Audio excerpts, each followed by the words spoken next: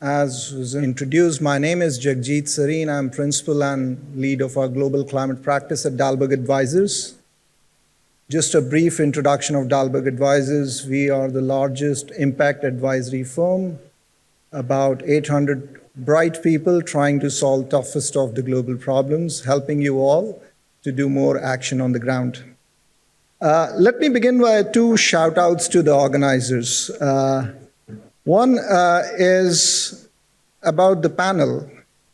So it's not that we couldn't find more number of panelists to fill all the seats as was in the last panel. But at the last moment, we had some dropouts from our female panelist, and the strict limit of gender balance on the panel was enforced. And I really salute ORF and GIAP for enforcing it so tightly. They said either we're going to scrap the panel or keep it the way it should be balanced. So I'm really encouraged and saluting to ORF and GIAP to enforcing this. And second is a big shout out to you all who are braving to come to this discussion while outside. If you think about it, you don't want to come out of your houses and stay there with the purifiers, which you so like these days, including myself. So with those two positive shout outs, let me talk some business now. Let's just go through the problem one more time. The problem of financing the energy transition. A quick reminder again of the commitment India has taken of 2070, then 2050 targets or directions, and then concrete 2030 targets. You look at various estimates, there are about $40–50 billion every year coming as green finance to India. Further dissected, you look at how much of these flows are coming from outside. They're about 20%.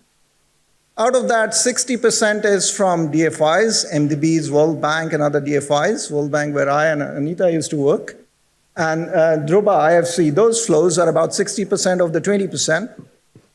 That leaves a very small margin of flows which are coming from external players which are investing as equity partners in Indian energy transition support. You further dissect it and say, okay, how are these players investing?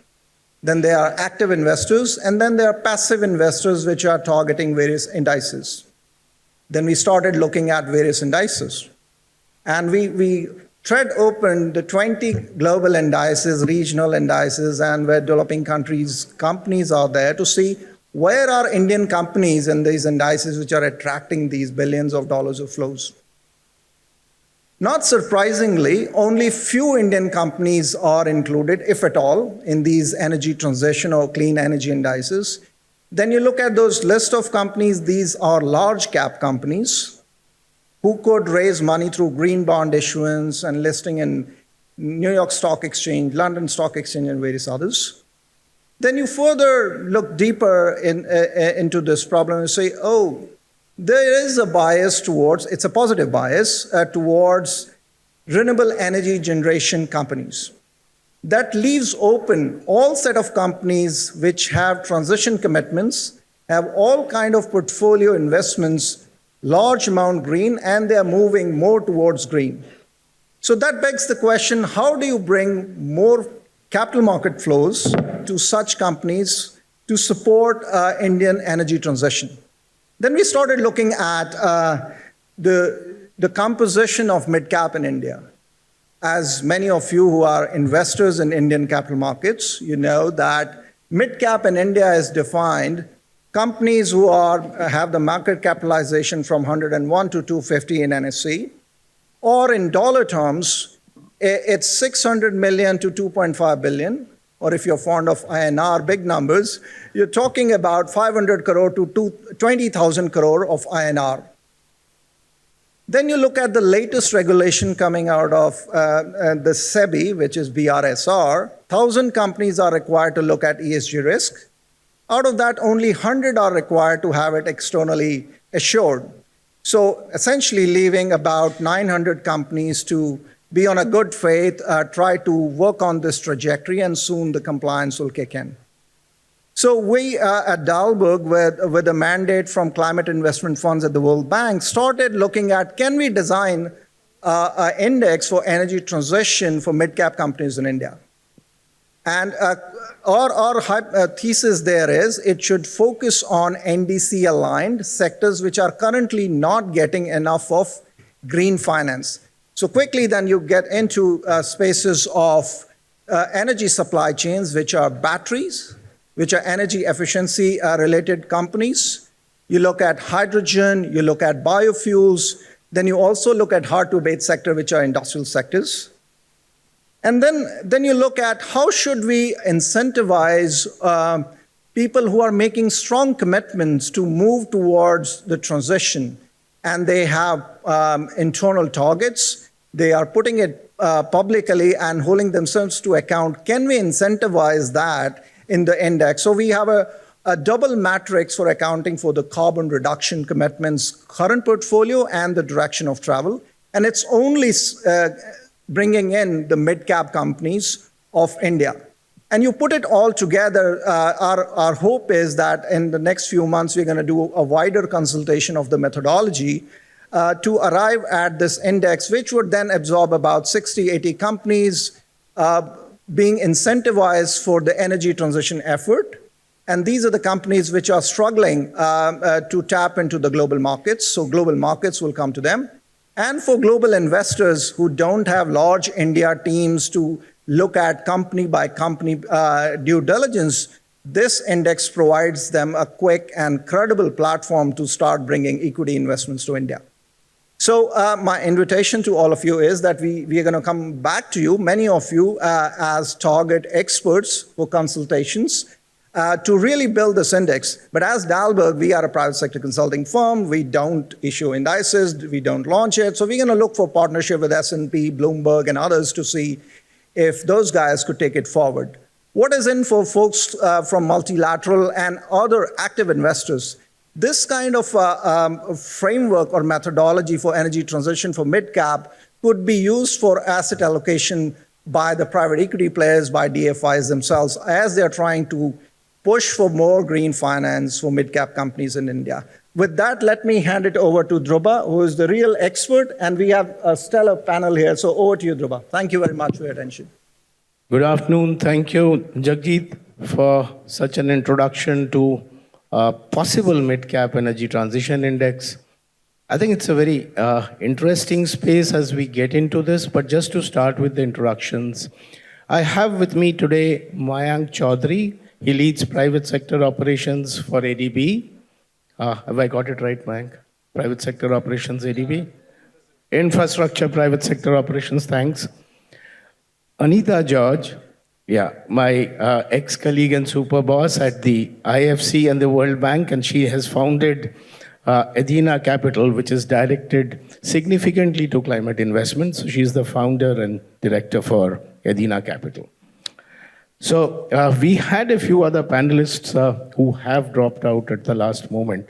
So we have 30 minutes and we'll discuss this.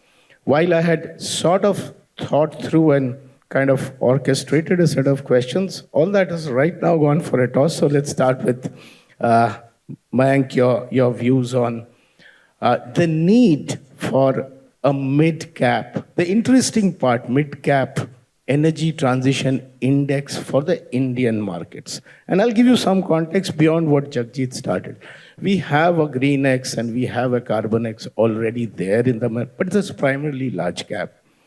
And it's an interesting shift as we are getting in from one session to another. We were talking, I was listening to the earlier session. It was energy transition, inclusion, poverty, energy poverty. And suddenly we are now into saying energy transition mid-cap index. So how does capital get in and make money? And how does this index formulation and keeping it with the markets will help global capital flows? Is there any implications for multilateral development banks like ADB? Just an opening. Yeah, thanks a lot. And I would also say Anita was my boss too at IFC. Okay. The energy transition which we have been talking about is on an individual project basis or a or a thematic basis. At ADB, we are pursuing what we call energy transition mechanism, which is a basically early retirement of coal plants by using philanthropic capital and other donor money to actually purchase these coal plants and then retire them early. So those are the large transactions on a per project basis which are being pursued. But of course, we know a lot of um, the transition lies at the mid and small end of the spectrum, where individually it is almost impossible to work with each of these companies and create opportunities for transition. So an index which brings them together, which is credible, which is actually investors or third-party capital, which is not present in the country, can rely on to say that yes, there my capital can go without me having to do extensive due diligence or working with them and ensuring compliances and all that. So it absolutely makes sense. It needs to come down to that level where individually it's very difficult, but also who are the constituents of this index? That's going to be critical. How are you going to select them? How are you going to manage that transition is happening? It's not an easy topic. It's a very complex topic. I don't think anybody has actually thought deeply into it, but it's an interesting idea. We should start discussing and then take it forward. Thanks, Venk. I'll be back to you, but just to shift to Anita now. Now, a mid-cap energy transition index, and I was hearing Jagjeet talking about these passive, so-called passive investment flows. Now, Indian markets, let's say BSE would have some 5,000, NSE would have some 3,000, and we are talking of a cap, large cap ends at 100, 250, mid cap, we're talking 150 companies. Do you think that creating this mid cap index would get included as an index of global usage indices so that institutional capital, like where you worked earlier in terms of CDPQ or anybody for that matter, would there be a shift of flows? Because what I'm asking essentially is an inclusion in the index tends to increase FII flows for that particular company is what we have been seeing in the markets. Now, does this really mean that if we put out this ET, Energy Transition Mid-Cap Index, it does get included? What criteria, how does it sort of flow in? I understand the complexity for sure, but just thought some responses from her. Thank you, Dhruva. And Mayank, it's really, for me, a pleasure to be here with both of you. It's like the old IFC days again. And I also just wanted to say that, sitting between Dhruva and Mayank, it's an special pleasure because both of them are two individuals very committed to transitioning the economy. And they come from deep experience that they've had doing projects on the ground. So in response to your question, Dhruva, to get institutional capital to come because we form a mid-cap index in India, that's your question, right? Yeah. So does it shift around capital flows? It gets included. We'll get to the index construction at a separate point of time. So that would fall under the asset allocation among, say, pension funds and sovereign wealth funds, which is referred to as listed equities. Right. And typically, most of the large institutional global investors use funds that are global funds that have emerging markets piece, and that's how they get their exposure and allocate assets to emerging markets. Now, because a lot of funds, and I'll take the example of CDPQ, which is Canada's second largest pension fund. So CDPQ has actually made a commitment to reduce their carbon footprint of their portfolio and also do incremental green investments of a certain percentage.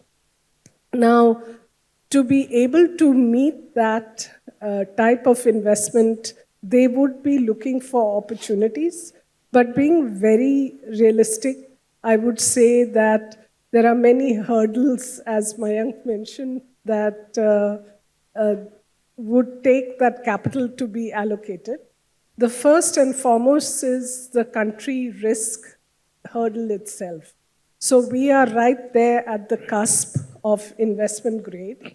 And from a global point of view, in an investment grade company coming down to the mid caps rather than the large caps would be, I think, a step which would be hard to kind of a bridge hard to cross, if I can say. Can I just get to the next question before I come to you? Now, this brings me to domestic capital right now. Let's get to domestic capital. Now, whilst the international AMC, the mutual funds, have seen a shift from active management of mutual funds to a sort of passive management, and the passive flows dominate internationally. If you look at the Indian markets, you will see that the index funds AUMs are far lesser. Now, I'm assuming for the moment that energy transition mid-cap index is a great thing to happen and you want allocations to that. But given the nature of markets here, which is actively managed, versus if you look at index funds in India, they are far lower in their allocation. So would it make sense here? No, it's like playing a devil's advocate to the concept, which is great, but looking at practicality of our own Indian asset managers, where I at least do not see index funds finding that level of allocation, even then there is a shift. So will there be a domestic savings allocation through energy transition index into index funds? My view is that there needs to be a lot more awareness, education, because unfortunately, the minute you put a label of energy transition, climate, there is a sense of higher perceived risk. And so you could, for example, see very bespoke fund of funds or investors who have a climate or green mandate actually opting to invest in these funds. Having said that, there is a phenomenon in the developed world where you can actually go to an S&P or a Moody's and they will create for you an indexed fund with benchmarks. Against which you can decide, and it's tailor-made, customized, and you could allocate to the companies that fall into that fund and be able to benchmark your performance accordingly. That is a phenomenon which is starting to pick up outside India. So I'm presuming that over time, as people become more familiar that energy transition is an opportunity, not a risky venture, then we'll see that kind of shift happening over here as well. No, thanks. No. Can I add to this actually? Yeah, please. Most of the, you spoke about the domestic industry, right? Most of the fund managers think that they are very good at picking stock. Right. That is why index doesn't work, right? Allocation is much lesser, right? So they want to be active managers. But this is a space most fund managers actually don't understand. That's a point. This is the right topic or subject on which to create a fund, because most people are unaware and how to evaluate these companies, how to evaluate the transition. So it may be a good way to push that passive It's a valid point. I'll just go further from there. So there were two things we were discussing. One is giving without green, without energy transition, the nature of our asset management industry is directed towards individual stock picking, doing the individual labeling, and therefore alpha matters. Whereas the passive investments, which the West has seen a shift to passive investment very clearly, which is not a phenomena here. I don't look at index funds, it's just the Nifty. So I would rather go with a known fund manager who has a track record and therefore gets into it. And that's a valid point of saying that It probably needs the retail investment universe to also shift towards index funds, which is a phenomena which, and then you bring in another valid point and saying this is unknown. So like, okay, fair enough. So this is an index. So somebody is taking care of it is what you were saying. If I got you right, is saying it's an unknown, it's difficult, therefore that might draw attention. It's a valid point, and thank you for that. Just to get this further, and I have always been confused on one question here is on the markets, and index reflects the market of a certain segment and a universe which is directed. We'll come to the characteristics of weights and which companies should be included and so on. But coming back to this point of saying, do equity flows, and this index was about equity flows, and Jagjeet, anywhere around, can correct me because I don't see bonds over here. So if it is equity, and therefore it's equity flows, it changes hands. So are we actually increasing climate finance flows? So it's like something which was there with me is gone to you. So is there an incremental flow out of this at the first place by this index? Or are we saying that, okay, so this is what was there, and this is the equilibrium, and it needs to go beyond this because I have an index? I'm just trying to clarify my question is to say that it's a stock which you held and which I bought. I don't see any incremental capital flows happen out of it. I think the expectation would be that a lot of flows will go into that index. Okay. People wanting to support the companies which are in this space of energy transition, and therefore the demand for those stocks will be more, therefore pushing up the valuations. So basically, this is the markets is rewarding companies which are in the energy transition space, and then when they raise primary capital, that will happen at a higher valuation, and therefore the flows will go to. So them rather than going expectation to is for incremental capital and not the capital changing hands, which is not an incremental. It's a secondary transactions. Okay. No. I still think it's still not getting completely clear in my mind, but I get the direction from where you're coming. The other point I want to make to you, so that I think we clear some of other things. There is a reason why West is shifted towards passive flows and where we are still. Yes, that was an important point. Yeah, so the reason is actually availability of information.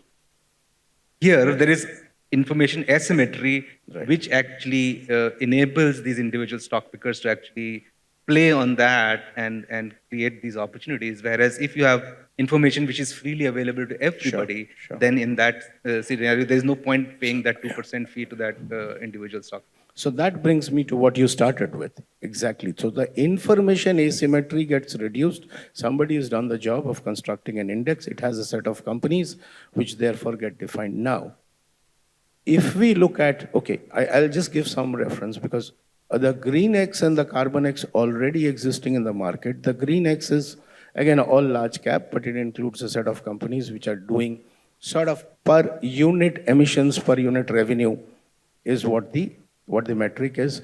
Whereas carbon X looks at futuristic and saying in future where the transition plans are better or their metrics or where they are progressing towards transition, that's qualitative. But assuming all that is done, how does one choose mid-cap companies, weights, which sectors? Do you actually get in IT companies, which to my mind is not making any sense? They will be good on that score, whichever way they're forecast, and services companies. How does one pick and choose in terms of, should it be only hard-to-abate sectors and therefore the companies in hard-to-abate sectors forming that index is required?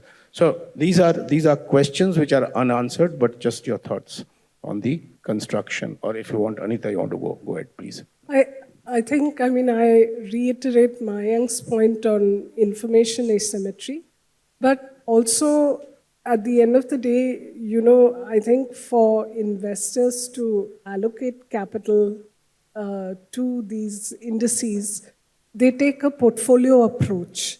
So the portfolio approach is looking at not just mid-caps, but a combination of large caps, mid-caps, domestic, global, and the way in which they build their portfolio is according to their risk appetite for that particular asset class.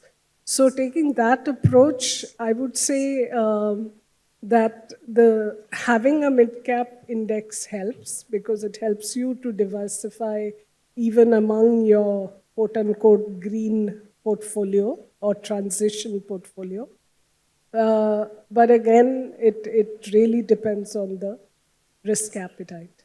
Absolutely. Now, this then essentially a portfolio is about diversification and about risk reduction. That is what our fundamentals are about. Now, if it were to be so, and assuming it is so, once I narrow that down to an energy transition and hard to abate sectors, then does it help or does it actually take away capital from there?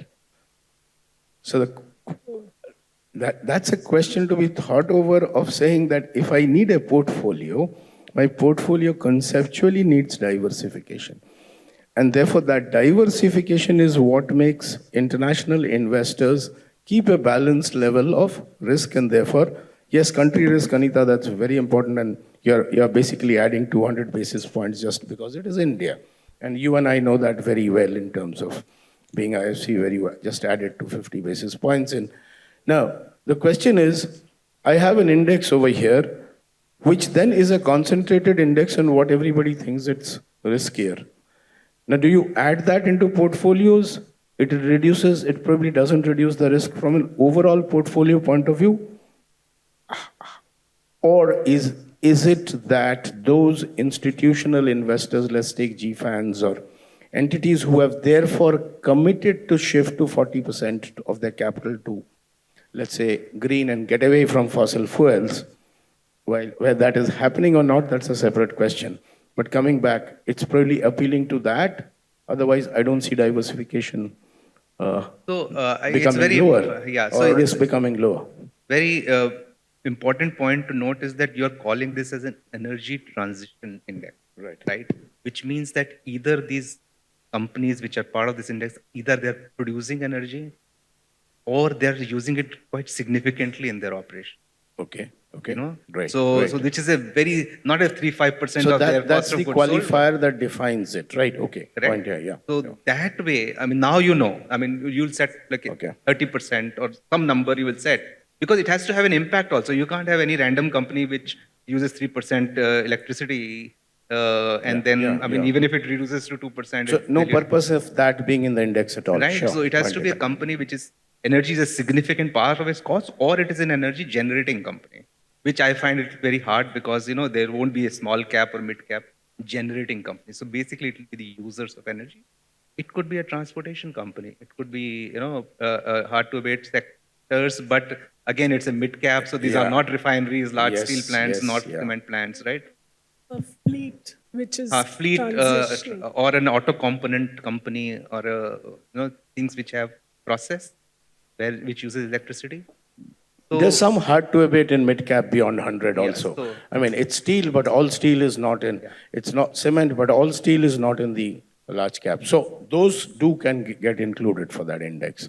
That's the distribution. So what I'm coming to and what I get from both of you is, okay, hard to abate to be included, energy consumption, higher intensive energy consumption to be included. So these are the companies where including them in the index makes sense because they are the ones who need to transition. And now we come to the point, and open to both of you, is it's historical. We normalize emissions which have happened in the past. We look at emissions which have going to happen in the future. What's a metric to look at this transition? Or is it a transition plan that the company has put up? Or is it BRSR, which disclosures? I'm talking of Indian context. We're talking of this is an Indian markets index. How does this representation work? We can't have perfect answers for sure, but just some thoughts. I think how it's done globally is that there are accepted standards, and there are multiple standards, different in the US, different in EU, but there are existing standards. So I think both from a taxonomy point of view, as well as a standards point of view, India would have to develop those because you cannot have it just company by company.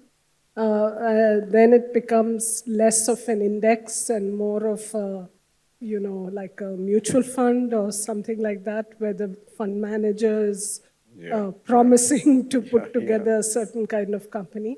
So I think developing parameters, metrics that you can compare all companies to. Common. Will No become sector very, differentiation, something which right. applies Yeah, universally. yeah. Got Otherwise, got it becomes too Otherwise, complicated. it becomes too complicated. No, thanks. I have an eye on the time also, but I'll have one last question for both of you.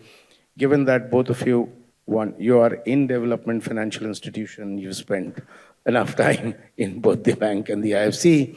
So the question is, what is in it for DFIs, multilateral development banks in this, versus how does development financing, whether you take the sovereign side or the sovereign lending or the private sector investment side, both PSOD or an IFC, how does this make a difference to structure or intervention by an MDB in India? Yeah. So not so much directly, because obviously we don't buy stocks from the stock markets, but our intention is to channel private capital to emerging markets in climate finance. Sure. That is now becoming a mandate in the MDB world. So all the support which is required, we are happy to provide by way of technical assistance or designing this, helping and initially handholding some of these companies. But ultimately, the aim is to bring private capital, and that it is actually a great one of the other ways of doing it. Yeah, I would say that a big role that the MDBs play, whether ADB or IFC, is doing that first-time transaction, getting companies at a relatively early stage into the growth stage, which will get them to the mid-cap kind of level. And there, the DFIs play a very critical role, and I think that DFIs in general can do more. Right. The good news is that thanks to that activity in the past 20 years, if I look at the last 6.5 years, there's been quite a bit of investment, private investment, that's gone into maybe not hard-to-abate sectors, but transition sectors like renewable energy or electrification of mobility, etc. So it means that private capital is coming into those companies. Where there is a real bottleneck is in terms of the growth stage. So India has 30 early stage funds and a whole host of angel investors, but just 3 Series B to D stage funds. Sure. Beyond that, the large institutional investors like the CDPQs, etc., can come in and invest. At that point, and maybe listing out, exiting out into the markets that get included into the index. Yeah. And that in India happens relatively earlier than elsewhere. Thanks a lot. I would thank both of you and the audience for listening this. But if there are any questions, and I would like, is there anybody, Alex from ISA, would you have any views from ISA on this? Sure. So I think my question is for Anita, and I think your point about the Series B, there's only a handful of Series B where, as a climate angel myself, there's lots of people who can put in 5 lakh, 10 lakh, maybe even 1 crore, but getting those mid-size exits. You look at companies like Fourth Partner Energy, where that's, they were able to grow to a stage where they were able to exit. So what, in your opinion, is stopping more companies from making that transition from small companies to the point where they'd be ready to enter this mid-size? Thank you. Please add. Yeah, sure. So I think the most important reason I would say is that it takes a lot for a company, as we know, to go from the early stage to the growth stage. One big need is capital, and that's just missing. And we've talked to more than 6,000 companies.